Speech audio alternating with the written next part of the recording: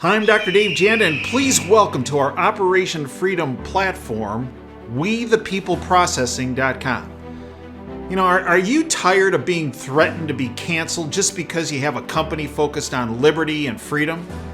Well, worry no more, folks.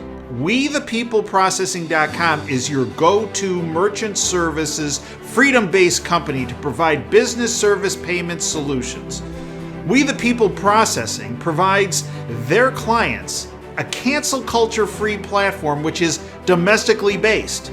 They provide competitive rates, no contracts with next-day funding, a fully vetted and like-minded financial infrastructure, and full support for integrations, implementation, and e-commerce efforts.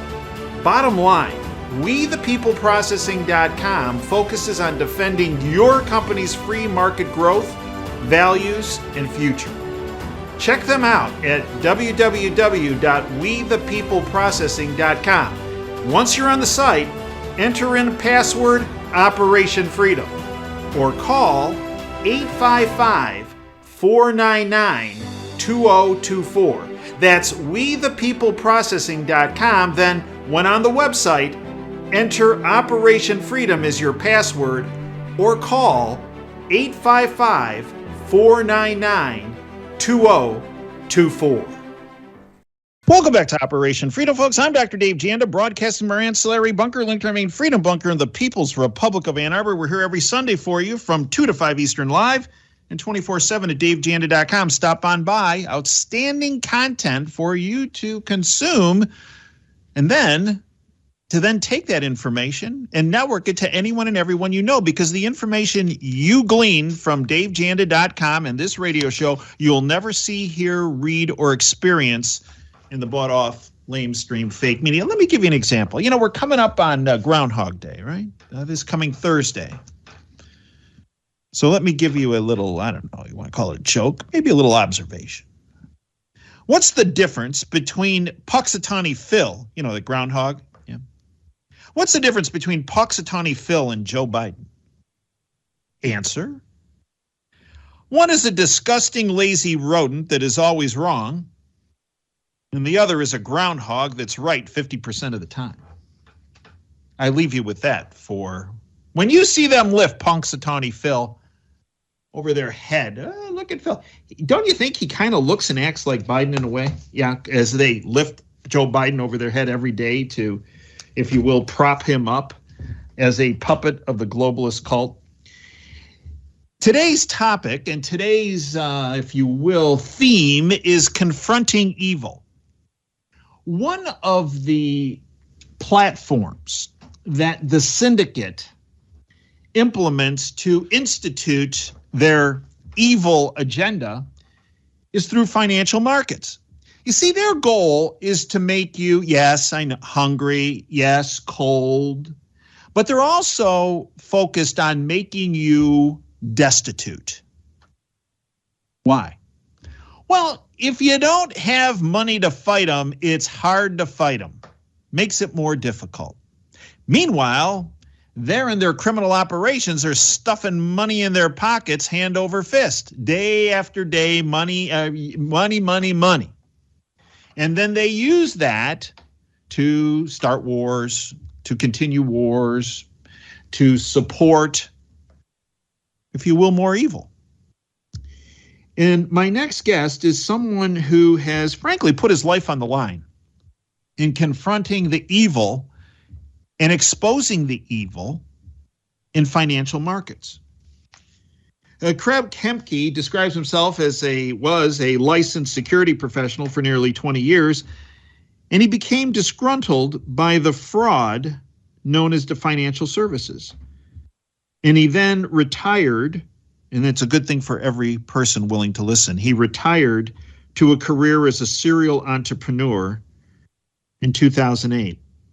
He founded, I believe, the best financial website on the internet, tfmetalsreport.com. I have been a proud paid subscriber to tfmetalsreport.com and their community since its inception in 2010. Why? Because the information you gain and insight you gain from Craig puts you months, if not years, ahead of this curve that has been constructed by the globalist cult syndicate that ends in a brick wall with the smashing and the shattering of your freedoms, of your liberties, of your financial resources, of our constitutional republic, and of your life. And that's not an overstatement. It is my honor to welcome back to our platform and our friend, Craig Hemke, the founder of TFMetalsReport.com. Craig, welcome back. Well, hi, Doc. How are you today? Well, I'm just doing dandy. And I'm sure you are too, because you had a birthday yesterday, didn't you, birthday boy? We're getting so old, Doc. I don't know, isn't it amazing? Where does the time go? So, as I age, and I'm older than you are, every year I get older and go, wow, I'm really old. And then this next thing I say to myself is, but I'm glad actually where I am, and I really wouldn't want to go back in time. Are you at that point yet, Craig, or do you have to gain a couple more years before you start saying that? I remember my mother always used to say that it was fun. She enjoyed it when she was of any certain age, but she never really wanted to go back. I wouldn't mind going back to be about 25 and be able to run and jump and do all kinds of things and have it not hurt. But other than that, I suppose I'm relatively content. But you had a big celebration. You had the two young'uns with you, didn't you, this weekend? Yeah, like any parent, man. Once isn't that something? The time I can look back and think of 18 or 20 years that my kids, lived in the house and were growing up, and that was a long time. But you look back now, it seems like, man, that went by in a flash. So now, like any other parent, you get a chance to hang out with your kids. It's pretty special. So thankfully my wife surprised me with one of them flying in back on Thursday. So I've had a couple of days to kind of pretend like it's the old times. It's a wonderful chance to, like I said, that nothing is more important than getting a chance to spend some time with your family. It's very true. And Craig, family is, I believe, one of the nemesises, if you will, of the cult and their agenda. And one easy way to break up a family is to break up a family's financial resources. Am I overstating that? No, you think, right? I mean, just think how many divorces start with arguments over money, right? I mean, I think if you look up surveys as to why people got divorced, that's usually, that and infidelity are usually right at the top of the list, right? Right. We could probably stretch this metaphor to money causing, a divorce of the people and their trust of their government and that sort of thing as well. Mm-hmm. But no doubt about it. I think you've got to be on the same page with your spouse, and because then it's all all part of the trust you have in your relationship.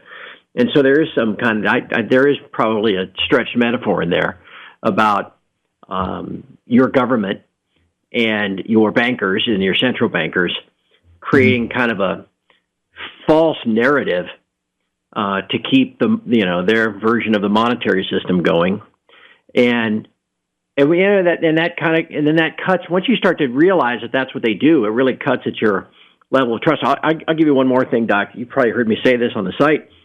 So I had a doctor from Canada email me who was new to the site, and she was like, "I love your site. This is so great, but I don't understand. Who are your sources? Why do you not trust this vaccine?" And I thought, why was it that I was immediately skeptical, whatever the right word is, of the government intentions and the lack of trial data and the way that they were coercing doctors to not really interact with their parents. All this. You've covered this stuff all a million times, and I think it's probably because I learned over the last 12, 13 years that the government will lie and spin and propagandize about much smaller things, much more insignificant things, like this coming job report this coming Friday will be spun and propagandized like the last one was. And you realize, well, God, if they're going to lie to you about stuff like that, well, then they'll lie to you about bigger stuff too. And so anyway, I'm not sure where I was going with that, Doc. And Craig, it's not by accident. This is all deliberate. For example, this came out from Economic Collapse blog today. The cost of living has become extremely oppressive, and 57% of Americans can no longer afford a $1,000 emergency expense. Right. Craig, that's not because of incompetence. This, I believe, is willful. They want people dependent, completely dependent on the same government that brought us the last 3-year goat rodeo with COVID and the jab. As if that government is this benevolent, altruistic organization. But sadly, that is true, though. I've seen similar stats and similar surveys about the vast amount of people that, again, all of a sudden they need new tires for their car. I mean, you see cars going down the street all the time driving a little donut, right? Yeah. Because they had a flat and they don't have the money, or that are bashed in on one side from getting T-boned and they just took the check rather than get the car fixed. That sort of thing. It is that gets back to the ongoing worsening destruction that began after the financial crisis in 2009. I mean, if you have assets, or if you had financial assets, you've greatly benefited over the last 13 years, even the last 3. With the most recent $4 or $5 trillion that the Fed, created from nothing and got everything, it kept the plate spinning. But if you don't have financial assets, if you don't own mutual funds, if you don't own your home, you're just getting pushed to the brink. I saw a stat this week, Doc, from Visa about this huge shift away from debit card feature to the credit card feature, which again, that's one of those underlying things. Why would more people be using credit rather than debit? You know the answer. It is. This is one of those things that if people ask me, what keeps you awake at night? What are some of your biggest concerns? And that's it. That it's a fragmentation of society because there's such a wide gap between, if you just want to call it, the haves and the have-nots. Folks, we're speaking with Craig Hemke from tfmetalsreport.com. Craig, this week is going to be a huge week economically. We have the Federal Reserve powwow, and Powell, as you call him, Chief Goon Powell, coming out, announcing what the Fed is going to push as far as interest rates. We have the jobs number. We have some more economic data coming forward. Craig, take us through this week and take us through how you believe, because you are truly an expert extraordinaire on the precious metals side of this equation, what you see happening this next week and for weeks to come in the precious metals arena. Well, this week's going to be interesting. You don't want to put, like most weeks actually, you don't want to put too much stock in what happens the first couple of days of the week. All the action's going to be backloaded. The FOMC meeting where the Board of Governors, they all get together, and it's a Federal Open Market Committee, and they decide what to do with interest rates, the ones they control, the overnight rate, what's called Fed funds. And everybody's trying to figure out if they're going to raise that again by a quarter of a point or a half a point. They told us back in September what they were going to do, which was at the November meeting, there was going to be 3/4 of a point, and in December it was going to be half a point, and in January it was going to be a quarter of a point, and then they were likely going to be done. Well, they did the 3/4 and the half, so they'll probably do a quarter. The markets will wiggle around when that news comes out at 2:00 Eastern on Wednesday, and then Powell goes out there in his purple necktie and has what's called a press conference. You want to call it kind of a Soviet Politburo style press conference, where then everybody pays attention to what he says and how he says it.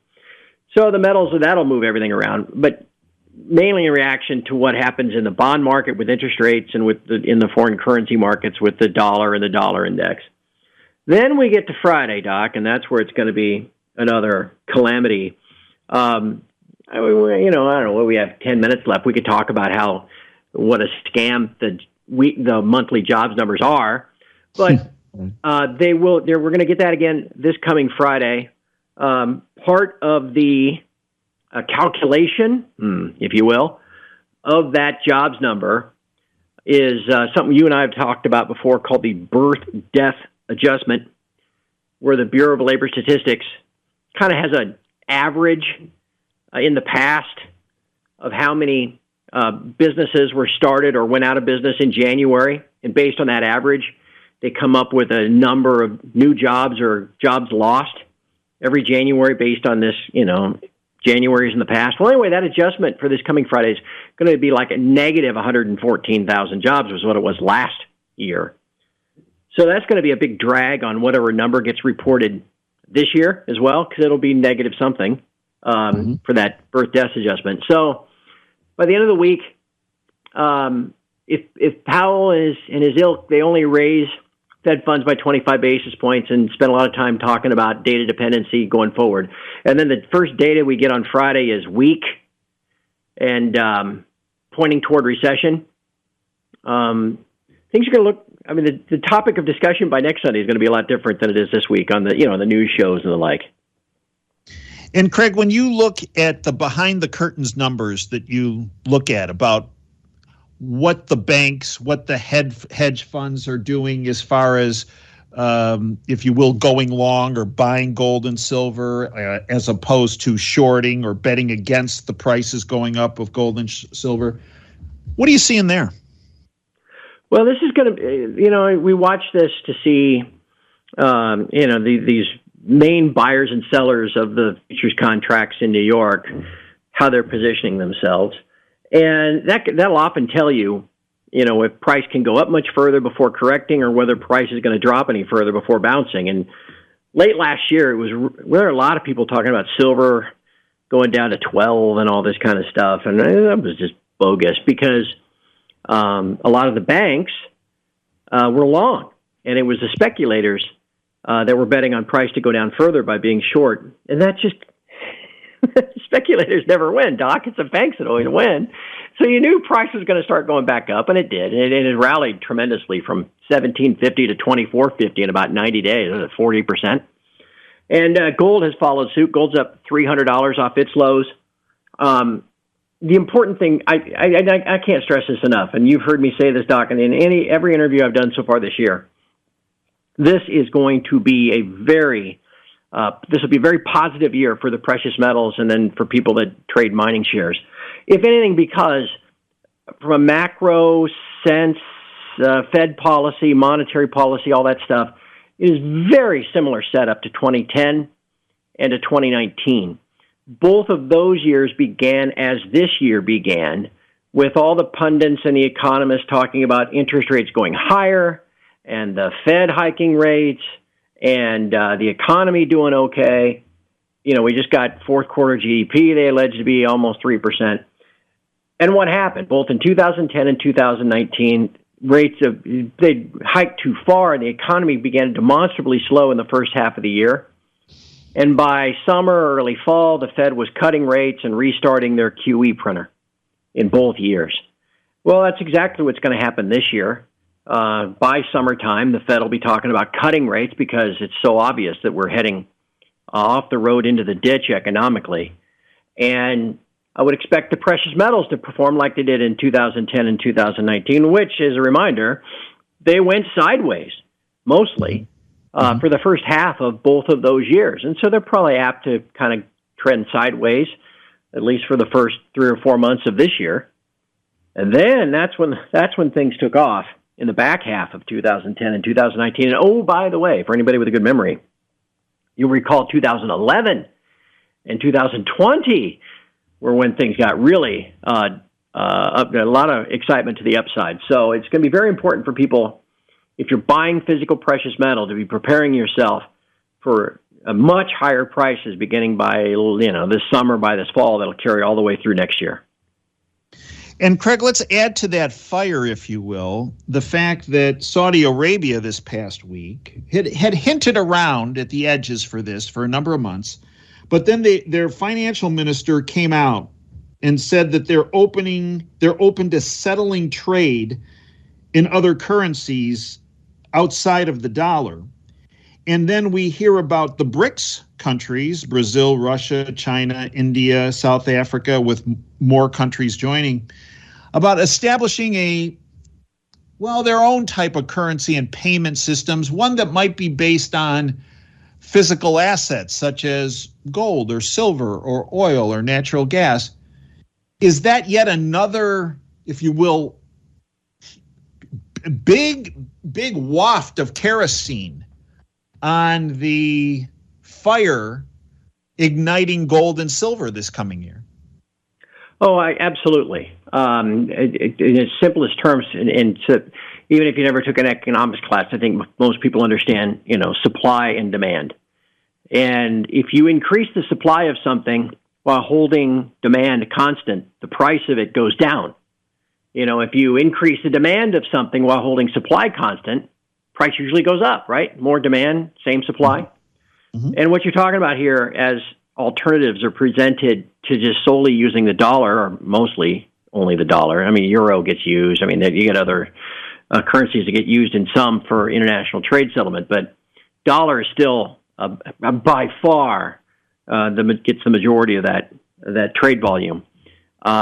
If you introduce alternatives to that, and thereby have less demand globally for dollars, while the supply is increasing, price of anything goes down. Think oranges, right? If you have this bumper crop of oranges, and at the same time, nobody wants to drink orange juice anymore because, they're all of a sudden they're worried that it causes global warming. Mm-hmm. The price of oranges is going to collapse, right? And that's what we're talking about here. A supply of dollars that's ever increasing because the debt is exponentially increasing now, trillions of dollars a year, while potentially demand for dollars is decreasing. This is a big macro style trend that is ultimately very beneficial for the precious metals. In fact, one thing we got to keep an eye out for is whether some of these those countries that you mentioned that are big raw material and commodity producing countries will demand other, we're not going to take dollars for these anymore, or they're going to start pricing them in gold or something like that, where it becomes, their commodities and they're our problem.